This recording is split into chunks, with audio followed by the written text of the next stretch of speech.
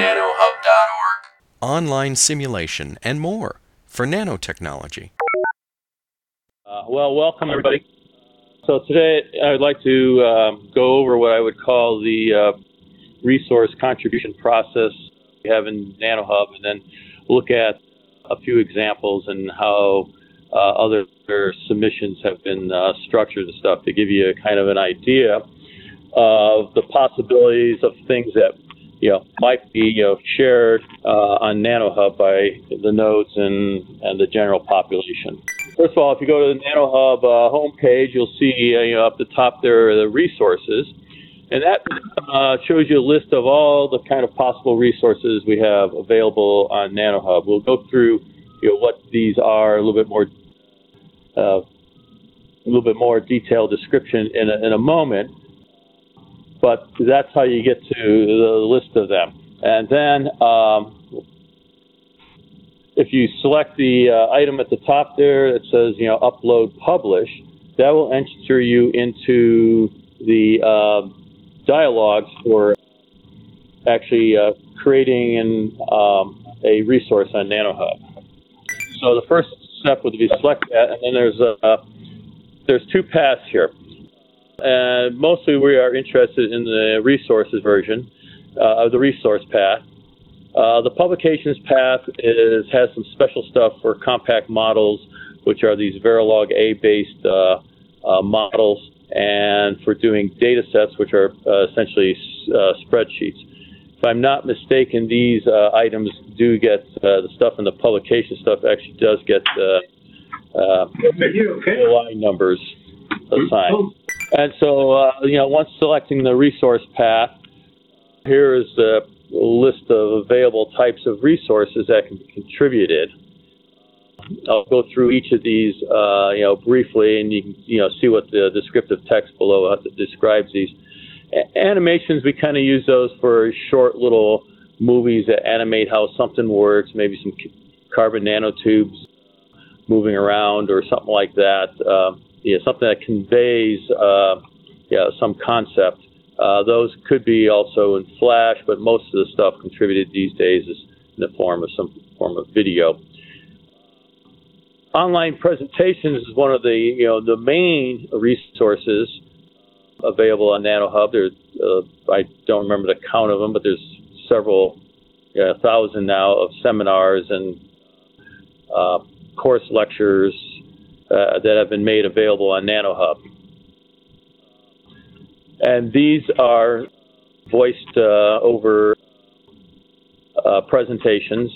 Some of them have video. Most of them have video. A few of them are just audio over a PowerPoint presentation, for example. The other significant one would be the teaching materials, and anything that kind of is considered a teaching material or the purpose of outreach or instruction gets this type. So a lot of these could be just PowerPoint presentations designed to be handed off to a teacher to use and edit accordingly for presentation in their class. So that's kind of like the difference between teaching material in this case, and over to the right there you'll see presentation materials, which are primarily PowerPoint slides or posters. And then finally, we have the final set here. We have papers, which is kind of a catch-all for documentation. It could be, for example, user manuals for a software tool.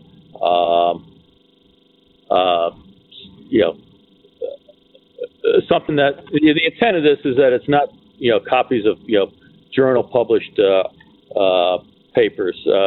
It is documentation, and again, it could look like a journal paper in the nature of the content, but has not been published elsewhere. The idea is that the nanoHUB is kind of a first source for materials. It's not necessarily an exclusive first source, but we would like to have the materials residing on nanoHUB, and as opposed to just linking to a journal article. And then for general downloads, quite often these might be a little software snippets, for example, MATLAB codes, solutions, software has not been packaged in the form of a tool.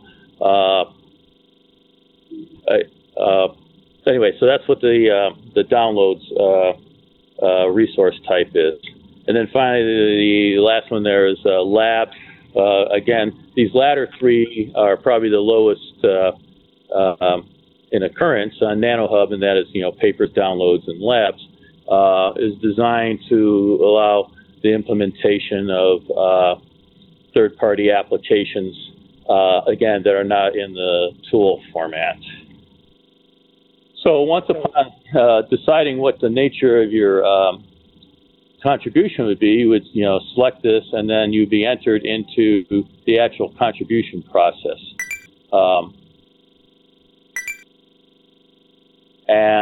So you can see here the first step.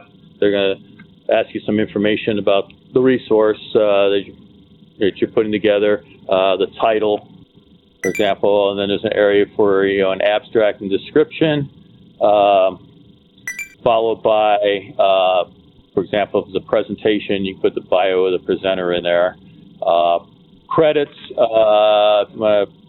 credit colleagues who worked on the contribution, who are not considered authors. I'll explain the author stuff in a bit because that gets its own dedicated space. Citations allow you to create a citation, like say, for example, you were submitting an online presentation that was really a presentation of a journal paper. We could actually put the citation to the journal paper there, so it appears with the nanoHUB citation for the presentation. And then acknowledges the sponsors. So the sponsor information sometimes is presented in the credit area, or it can be presented here. So, for example, those who might have hosted a online seminar, various departments at your institution and would be recognized here. Moving down finally to references. At times, people who we get submissions where the abstract actually has references to journal articles and the like, and those are then presented here. So you'd see, the square bracket number sign for the reference, and then we'd have a list right here where we can actually have the actual references. And then publications sometimes gets used mostly to kind of present a companion book that might go, for example, if we put a course online, there might be a textbook for the course. We would use this publications area to kind of present that information. So these are the variety of fields that you have access to in collecting the information that would appear in what I would call the catalog entry for the resource. We'll look at very specifically resources, how they are laid out, but these are the entry fields of how this information has been gathered. The next step would then allow you to attach the actual documents to be presented, and they could be as simple as a PDF download or a link to a YouTube video. We have an HTML5 formatted item that can be then used to present the lecture, or it could be a video download. So a variety of things can be attached. The process simply, and here's an example. I've uploaded this NASA report that I've been reading as just a test here. I've begun the creation process of a test resource, and we'll see that shortly, the results of that. Anyway, I've uploaded a PDF, And then I've selected as an example here a YouTube video, just to show you what it would be like to add a link. And then you can see you can then relabel the what the link would look like, how it's presented on nanoHUB. So you can see, for example, I've changed the file name to a more descriptive title for the report that I had uploaded, and for the YouTube video, I just have marked it as YouTube.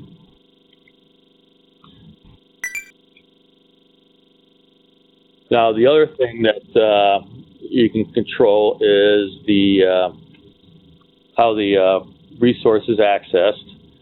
For example, I have now changed it from, as you can see, public to registered, and this means that to be able to access and download that report, you actually have to be logged on as a nanoHUB user, as opposed to just available to the open user. The YouTube video link would still appear and be available to someone whether they're logged in or not. We have,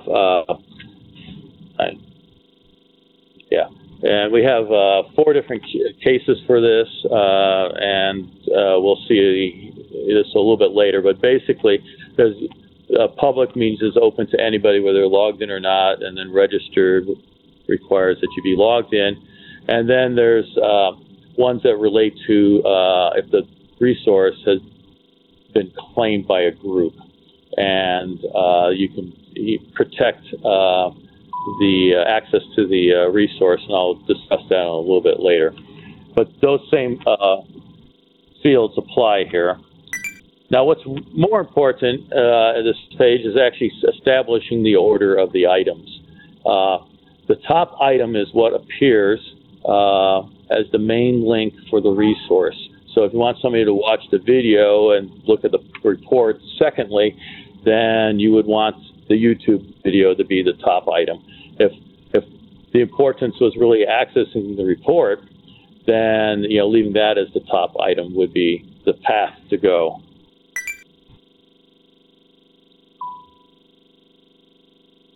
As we sequence our way through the creation process, we have now moved on to authors, and here's where a resource can be affiliated with a group. As you can see, my group here is selected. Again, we have some nicer examples coming up, which will show how these features. Right now, I'm just kind of walking everybody through what the creation submission process would look like. So a group can be selected. So again, this is something the nodes would definitely would want to do. And then here's that access level again. So a public, available to everybody, logged in or not, registered, available to only those logged in. If an item is protected, then they can see the abstract and the title of the document. They just can't access any of the documents associated with the resource. And this only, again, applies to a resource that is affiliated with a group.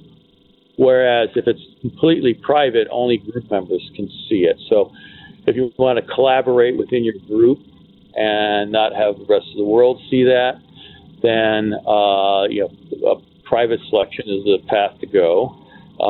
If, for example, you are releasing materials, but you'd like people to know that you have those materials available, but would like them to be a member of your group to actually access them, then you can use the protected version of that. And then finally, we get to the point where we can actually associate the authors of the resource. So here I've added my name as an author. The affiliation could be, and quite often used as a submitter. So for example, as a node, you might create a role account for uploading content onto uploading resources onto the nanoHUB, and then have the a role-based administrator do that, as opposed to an individual identity. So again, the person can be associated either as submitter or as author.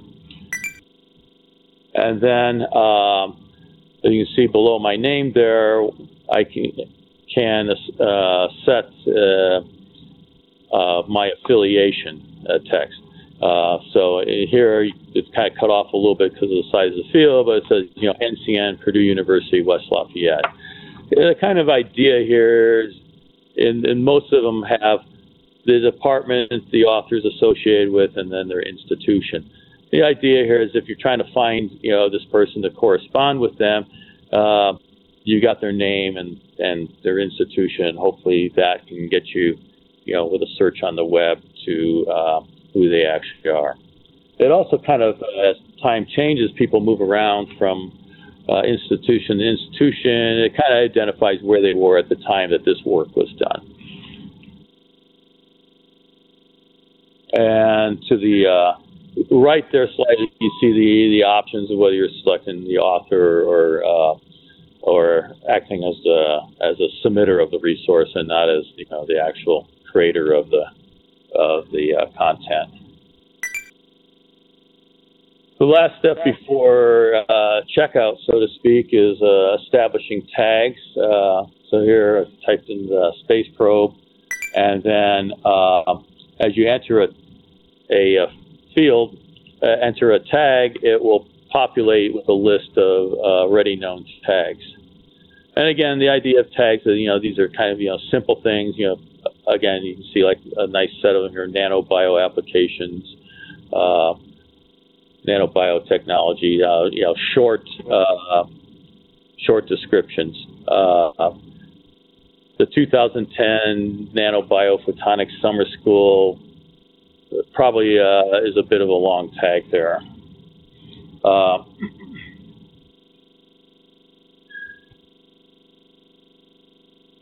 And the user on nanoHUB can search for content by tag. So that's the usage and the importance of the tags. Finally, we get to the checkout. There's a brief blurb there where you have to specify that you're authorized to make the content available. And then you can select the licensing type of which you want to release the material under.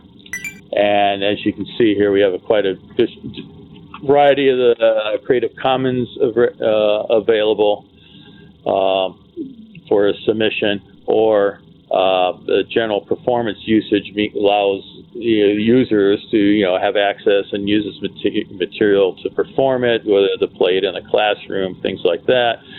And whatever it might take to make that happen. It doesn't give them any other rights to copy and redistribute and modify the material.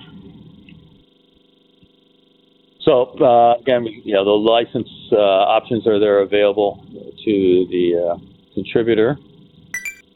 And then as you select the different licenses, it'll give you a description so you know what they are. And then finally, you can do this, hit the submit to submit the contribution. Anyway, so then after you've done your submission, what happens to the resource? It goes into a pending status, and then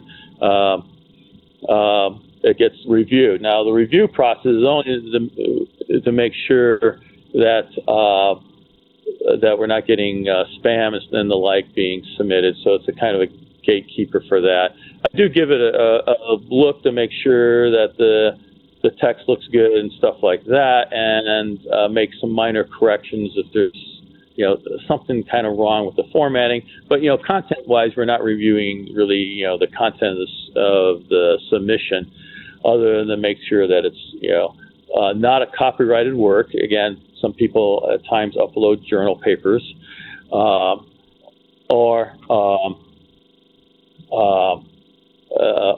it's just somebody trying to do a spam advertisement.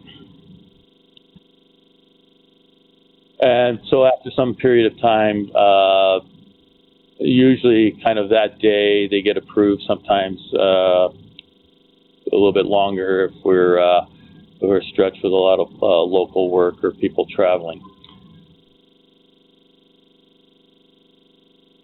Then once you have submitted your resource for availability on nanoHUB, you can then go to your dashboard and you should be able to find your resource. And so here I am at my dashboard, and you can see there's the located as the last item there under the uploads in progress, which is in the center column. You'll see the test one that we have just created.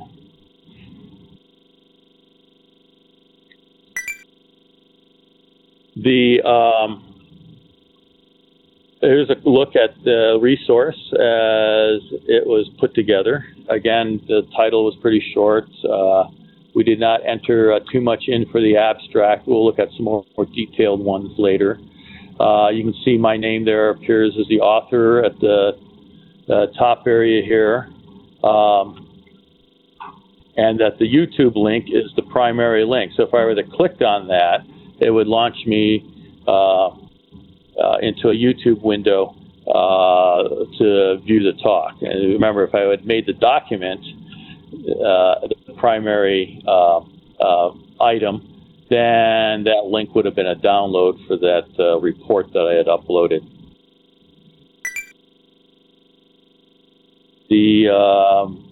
Here's the example right here. You can see the citation that automatically gets generated for the work, so that people might be able to reference that. And then, if you remember, we added the tags, 2 tags, the nanobio tag, and then the space probe tag. So those are how the tags appear. Now, if we look at the tab over here, supporting documents, it'll show you your documents actually in the order that you have decided to present them in. And here you can see that the YouTube link is first, and then followed by the download link for the report. Okay, I think that brings us to a good breaking point for the contribution process. I have some examples to look at following this, so if there are any questions on the contribution process, now might be a good time for those. This is Kimani. I guess just probably a general question. So it sounds like, am I correct in that the format requirements for the contribution process is pretty standard? So obviously PowerPoint you mentioned, and I'm thinking here in terms of, let's say, the video content. Is there a maximum or minimum, or I guess maximum length with regards to video requirements, MP4, a variety of video codecs or what have you? Like, can you speak to that a little bit? Sure. You know, in practice, there's really kind of an unrestricted environment for how you structure your resource. But it's good to kind of have some standards so that one presentation is recognizable and how to interface with it the next one. So, and I have some examples forthcoming that kind of show the presentation. So I'd like to postpone the details on that for a little bit. I will say that I think there's an upload limit of, I'm going to say 1 to 1.5 gig for file size. So if you had a video longer than that. Okay. In reality, most of the videos, I think the longest one, file size wise, probably is about 600 meg or so, and these are pretty high resolution. Kind of the standard video size for download we use right now is 854 by 480. We produce our work at higher resolutions, anywhere from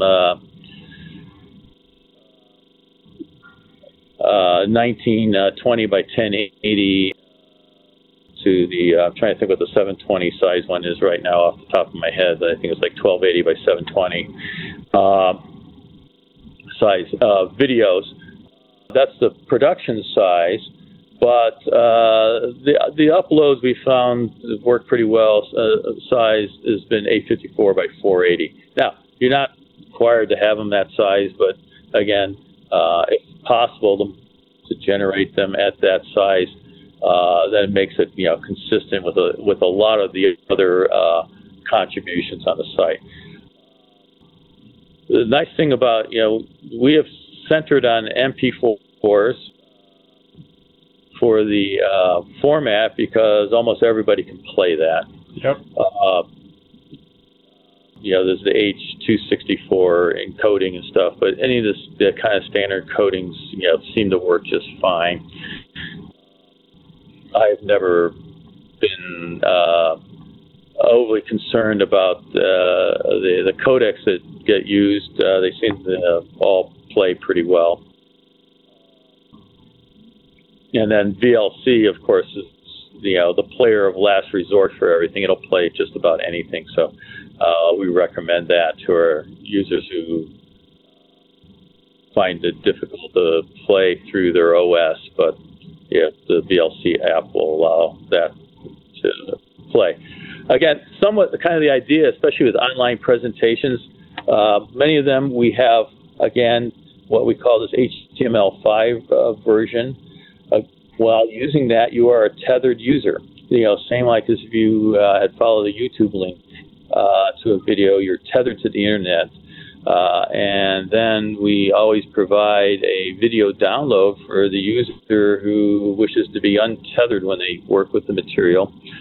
And then we, for the stuff we produce, there will be the HTML5, there will be the video download. The slides in PDF form will be made available. Sometimes, especially if the resource is targeted to instruction, we'll give them both the PDF and the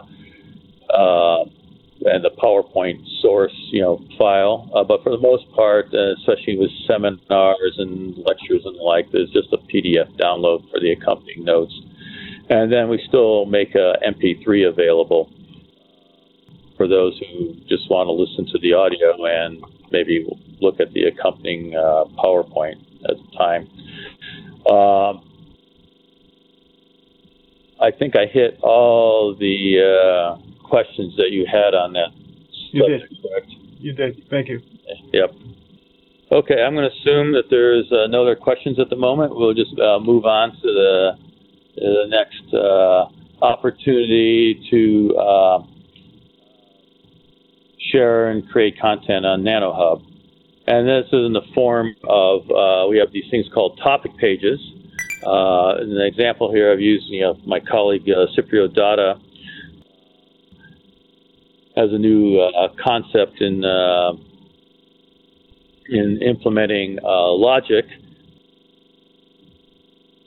And so he's basically presenting those ideas in the form of a topics page. This topics page we're about to see is a little bit under development, but the idea is basically a wiki page with which you can create a subject-based presentation of the material. So an example of this might be a way to implement a learning module where you want somebody to work their way through, say, a couple presentations and then use a tool on nanoHUB to do whatever the simulation related to the learning experience might be. So the topics pages are out there to really provide a way of outward dialogue, so to speak.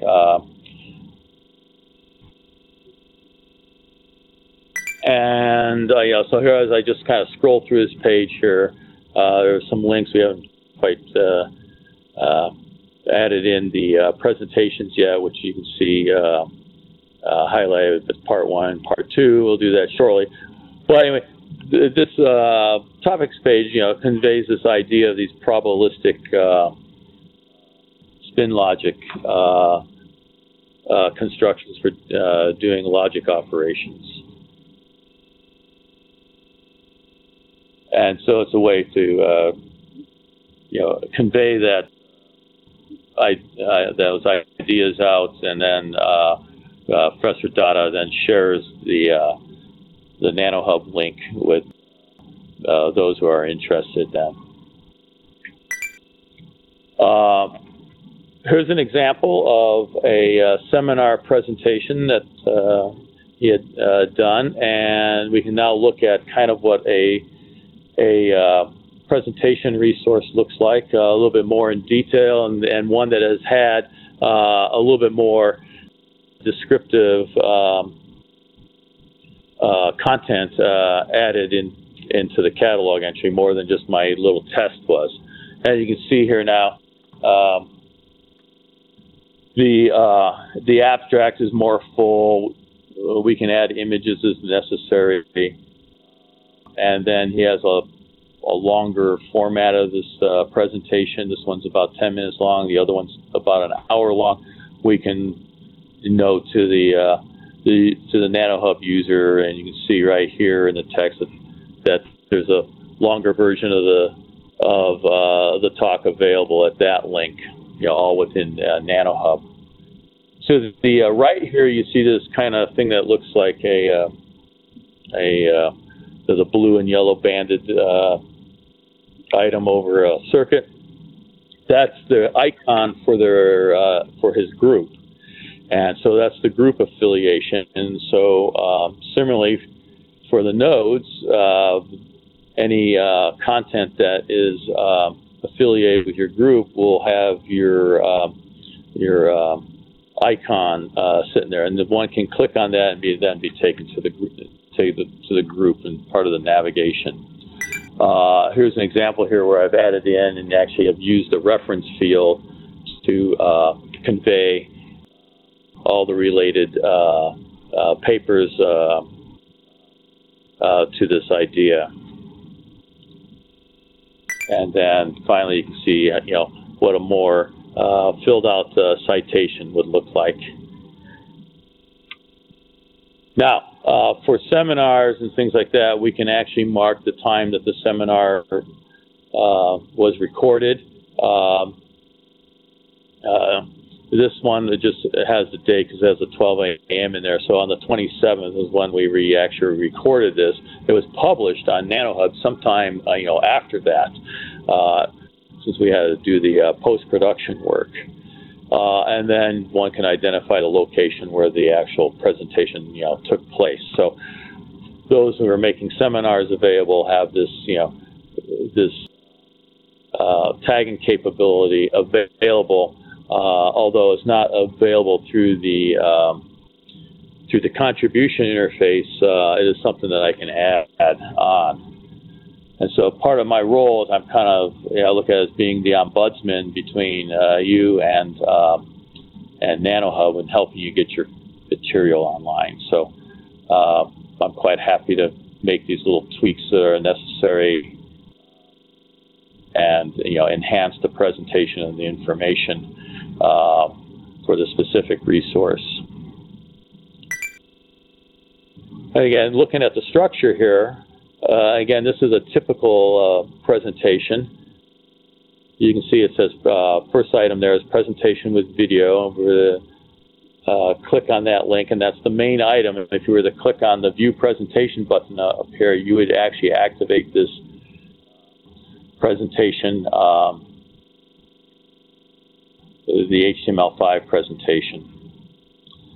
And then the slides for the presentation are available. Here's that video. And it's an HD size video. And then finally an audio podcast made available. And not all resources on nanoHUB that are seminars and course lectures have YouTube entries.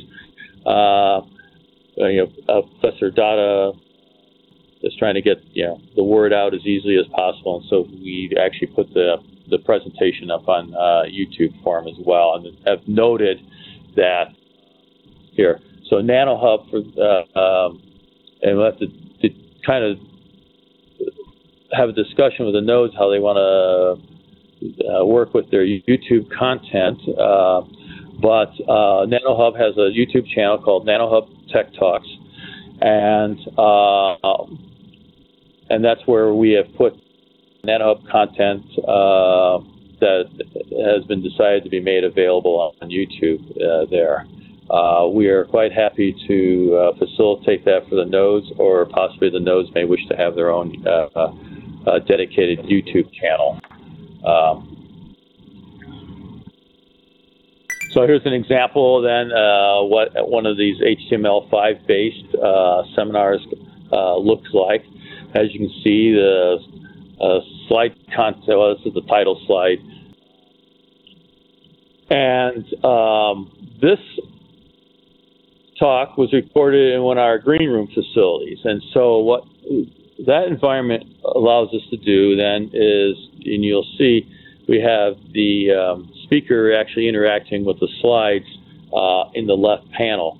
Typically, the left panel just has the slides, and the video of the speaker is in that upper right corner where you see the slides, but we have them switched in this case. And then below there on the right, you'll see an actual table of contents. You can scroll through and select the slide that you might want to go right to. There's a slider within the slide, as you can see in this area here, where if you want to back up, it's often hard to back up when you're, a few seconds because you missed a word or two. When you have to interact with the slider that represents the, the full 40-minute presentation. Here, it allows you to navigate audially within the individual slides. Here's an example now. We have moved on to the second slide, and you can see the speaker in the left panel, and his slide then shows in the right panel. I think I'll pause again to see if there's any questions either on topic pages, or I do have another example of more of a recording that we would do for a seminar given on campus. As an example, this is this green room experience recording here, so it's a bit different. Only in what's in the left and right panels. So with that, I'll open for a few more questions if there are some. Joe, if the nodes would like to do HTML5 presentations, they can go ahead and record them, get the videos, and then you can show them how to do the post-processing on it to some degree, right? Okay, that is correct. We use Final Cut 7, and we have a plugin that works with PowerPoint for doing the HTML5 process that works with 2013 Office. So the software is a bit legacy, unfortunately, and we've been trying to at least find a better path for the video editing, because once the video editing, if you actually have the expend the resources to do the post-production, the video editing process cracks out an XML file that we use then to do the slide synchronization in the HTML5. So I'm less worried about having to do the HTML5 stuff with the nodes than I am right now about doing the video editing and getting that XML file out of the video editing suite. So yes, we can have that discussion and figure out a plan that would work well for everybody. I don't have a firm answer on how to accomplish that right now. By the way, so not all of our users are PowerPoint users, so we do work with people who have KeyPoint and people who just have PDFs for the slides. We like to capture the animation steps, so that if someone's giving a presentation with a lot of animations on their slide, we can actually capture those steps just as if the person who's viewing it on nanoHUB was there in the original seminar. So we prefer, either something like Keynote or PowerPoint for the slide source, but we have worked with those who are, for example, using LaTeX to lay out their slides in the form of a PDF slide set. Joe, this is Kimani again. Just another quick question. In terms of interaction with the audience or end users, would it be that the node or the nodes themselves would directly monitor the questions that may come up from an audience watching a video or going through some PowerPoint presentation or something like that, or would that be relayed through your group? I'm just curious as to how the mechanics of how that should work. In general, there's usually not any questions that arise, and they might contact the author directly and ask them a question. Okay. Lynn, I've not really have looked much at and usually not much in the way of discussions appear for any of the seminars. I don't know if that even is capable of being there. Is that true or not, Lynn? Yeah, I was just going to pull up a window and double check. Kimani, typically we see more questions come in on tools. Once in a while, we get a ticket from a user who might have a question about a presentation, and in that case, we would relay those to the authors. But like Joe said, typically we don't see a lot of questions on presentations. Now, is that because the environment is such that it's difficult for an end user or someone watching the presentation to comment or interact, or is it simply because it's not used? Well, there is a question tab that is on the online presentations. Okay. And so anything that's posted there will go directly to the authors. Okay, I think it's relatively easy to find, and we do see people use those on the tools. Okay. But we just haven't seen as much of that kind of engagement with the online presentations. Okay. I'm just wondering out loud here how much of that would be, and that's something my node would also probably discuss internally and probably even discuss with the NanoBio node, how interactive maybe we want to make some video content, because that adds an extra, something, I guess, useful or interesting. In terms of drawing end users to material that's posted. It's a resource issue, right? So that would still have to be somewhat limited, but it's just something that I'm thinking about now. Yeah, that makes good sense, and I wonder in the content of the presentation, if you want to engage with the audience like that, you could have the speakers, kind of mention, hey, we'd love to hear your questions. There's a question tab on this resource page. Please, put in your questions so that we can engage with you. Right. Yeah, in our courses module, there's actually a very formal way to have that discussion happen. In resources, many of course, the people who have come to give a seminar at Purdue agree to have their content made available on nanoHUB, but they kind of want a passive role to that. It's kind of like toss it over the fence and it's there as and they really take a passive role to that. If a ticket is submitted by a user, it will get responded to. I'd like to point out that we have that what's new. So underneath the resources, actually the top thing in the menu there was what's new. So you can look at what's new in the way of resources, or actually anything on nanoHUB. But in particular, I'm focused on the resources here. And you can control, the selection period, anywhere from a week to, a month, or then reporting years. So there's a way to kind of like keep an eye on what's, new on nanoHUB and has been posted.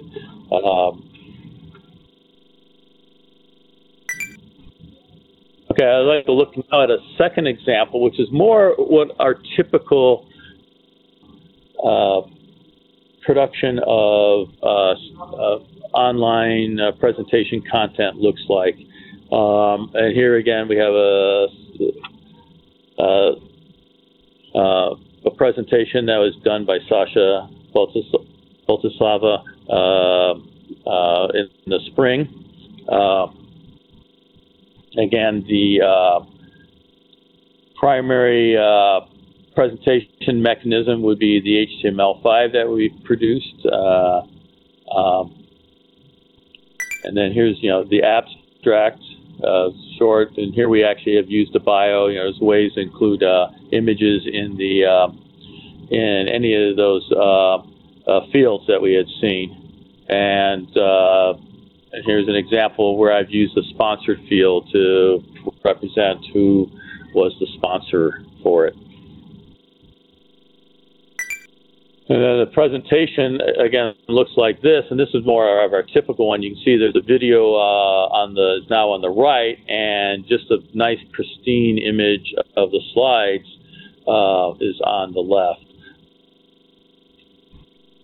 Again, we have focused on, the clarity in the slides, as opposed to having kind of, presentations where you have a camera kind of pointed at the screen, and that's kind of what you get for the online experience.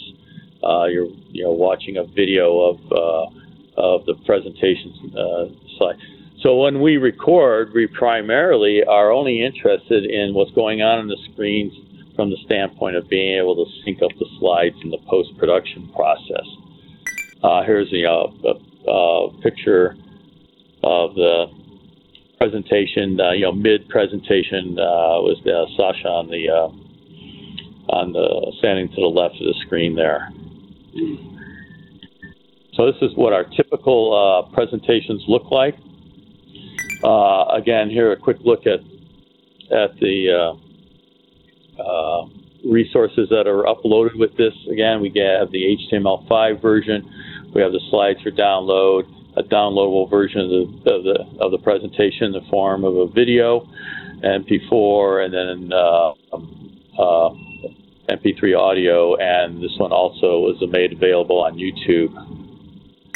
This is literally what it looks like in the camera when we record. So for those of you interested in doing, from the nodes who are looking at to do online presentations and use the production processes that we have, this is what the primary content would be recorded as. We want to have a picture of the speaker for in the corner. Some numbers of years ago we had discussions with the students, and they really wanted to see the speaker. And so that's how we figure out how to incorporate both, and yet still having a nice clarity of the slides. From that, we then go, and here's the layout on Final Cut. There's a timeline down there in the bottom, and there is literally that area here where you see what looks like all the slides. These are all the slides that have been laid out on the timeline.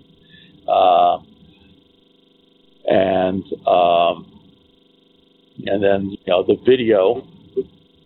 And in the case of the video, we can place the speaker on the appropriate side of the slide. So we can't do that with the HTML5. It's always on the right, but in this case, she is speaking from the left side of the screen as opposed to the right side of the screen.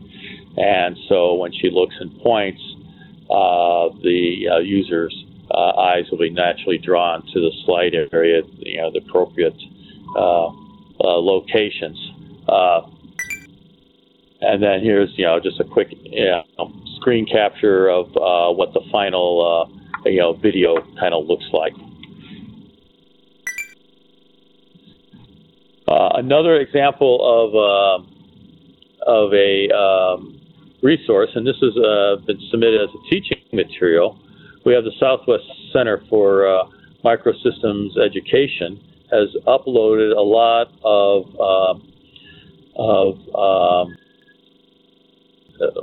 teaching materials in the form of a structured lesson. And so you can see here how we have laid out. They have, the abstract again for the catalog here describes, in detail what's being made available. You can see there's the NSF being recognized for their support of this work, and with each learning experience, there is a student side, and then there's the instructor side, which has the instructor guides. And so what we're looking at right now is the student version, and you can see there's a whole series of things to be downloaded and gone through, and including tests to see what the knowledge is before the exercise, and then finally an assessment to evaluate whether the information was successfully conveyed to the student after the education experience. So here, there's a number of items to be downloaded. So what we have done is we have gathered all these items together into a zip file as a download bundle. Again, the idea here, if you remember on the top here, this is the primary thing the user sees for interacting with the resource. So at least if they click on the download bundle there, they'll get all of the items that they need and not miss any. And they could download them individually, and then the other nice thing is, of course, many of these are PowerPoint files and PDFs and the like, and the search engines will also be able to search the actual content. Here's a view from the instructor bundle, and they have set this up now, this particular resource. They have used the protected feature of the group feature. So you have to be a member of the group to be able to download this material. The abstract area of the resource actually explains, since they would be able to see that if they want to have access to the material, that they should, create a nanoHUB account and then join the group. Now, the nice thing about having your resources group affiliated is when you go to your group page, you'll see this resource field here, which will list any member of the group, and if you make that open to the public, anybody who comes to your group, whether a member or not, to see all the resources that are affiliated with your group on nanoHUB. So here's, for example, here I've clicked on that, and you get a list of all the items that have been made available. So that is an example of a teaching resource, one that is fairly highly structured, and how they're making these all available, through nanoHUB. Okay, why am I back over here? Okay. A couple of resources that I had not mentioned earlier.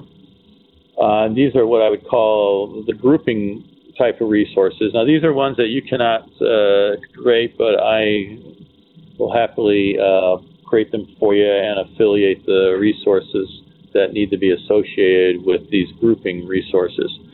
And it takes on 3 different flavors here. You can see we have courses, and we have workshops, and then series. And so, for example, we had a workshop at Purdue of 2016 here, quantitative biology. And And what we have associated with this workshop then is all the presentations that were given at that workshop. And so someone could go to the workshop and then find that resource, and then from there navigate to the individual presentations that were made. Now, for something that's more ongoing, like you would have for a seminar series, and it could be general, or it could be, for example, I have a series set up for the Department of Physics Condensed Matter Colloquium that happens usually once a week during the school year, where we record, presenter willing, record the presentations, at least the ones that are nano-related, and then make them available. Here is an example of all the seminars that have been given to our undergraduate research summer students. And so one could find the resource individually, or any undergraduate student or any graduate summer research intern can go back while they're have returned and view the seminars that were part of their experience. Now this goes over several years, so several years of presentations in this series. And here's an example of a few of them of the list there. And then finally, nanoHUB has a courses resource, resource within the resource structure. We have two different ways of dealing with courses right now. I have a quick view of those at the very end of the way, the alternate way that we were working with courses on nanoHUB. This I would characterize, again, courses on nanoHUB are designed to be self-paced, at the user's speed they desire to wish to work through the material. Some people may just look at one or two lectures because they need a review on something. Other people may actually work through the entire class. There's an example of a course offered here at Purdue on semiconductor devices. And really what the structure just looks like is just a series of lectures going in a typical full semester course is about 40-some lectures. You can view the lecture in HTML format, you can download the video, and then there's the notes. Now you can click on any of these lecture titles here and be taken to the individual resource for that lecture, which would also have the MP3 available for them. And so that's one way of